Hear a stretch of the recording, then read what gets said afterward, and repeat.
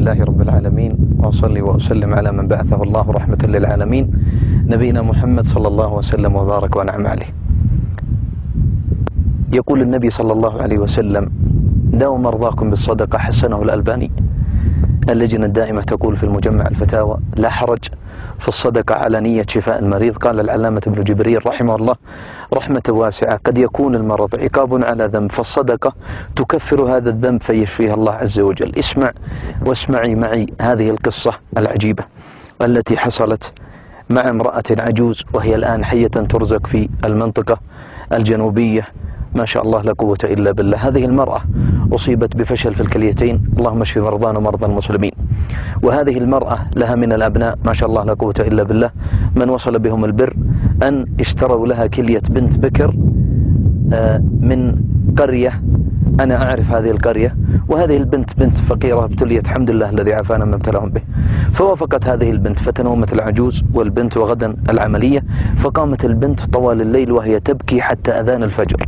استيقظت الأم العجوز على البكاء: لما تبكين يا ابنتي؟ قالت: أبكي يا خالة على الحاجة التي جعلتني أبيع شيئا من جسمي. ما شاء الله لا قوة إلا بالله. من رحمة هذه الأم وهذه العجوز فاتصلت على أحد أبنائها: تعال. فأتى هذا الأب أو هذا الابن بعد صلاة الفجر مباشرة. قالت الأم: أعطيتوها المال؟ قال الابن: لا، اتفقنا بعد العملية. قالت العجوز: والله أن تعطيها الآن.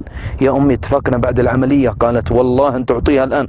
وانظروا لهذا الشاب البار ما شاء الله لا قوة إلا بالله، فأتى ب30,000 ريال وقال: تفضلي يا أختي. أخذت هذه البنت المال وقالت العجوز: يا ابنتي والله إني اعتقتك لله، اخرجي. خرجت البنت ودموع الحزن وإذ بها تقلب إلى دموع الفرح، فقالت للابن: خرجنا ومعنا رب لن يخيبنا. تأملوا، والغسيل كل يومين. ذهبت هذه المرأة العجوز ورجعت للغسيل بعد يومين. أقسم بالذي شق البحر لموسى لقد اشتغلت كليتيها وهي حية ترزق الآن، فلا إله إلا الله، ما أعظم الله. جرب، فمن يعمل مثقال ذرة خيرا يره. اللهم إنا نسألك أن تشفي مرضانا ومرضى المسلمين، وزدنا من فضلك يا رب العالمين. اللهم صل على محمد.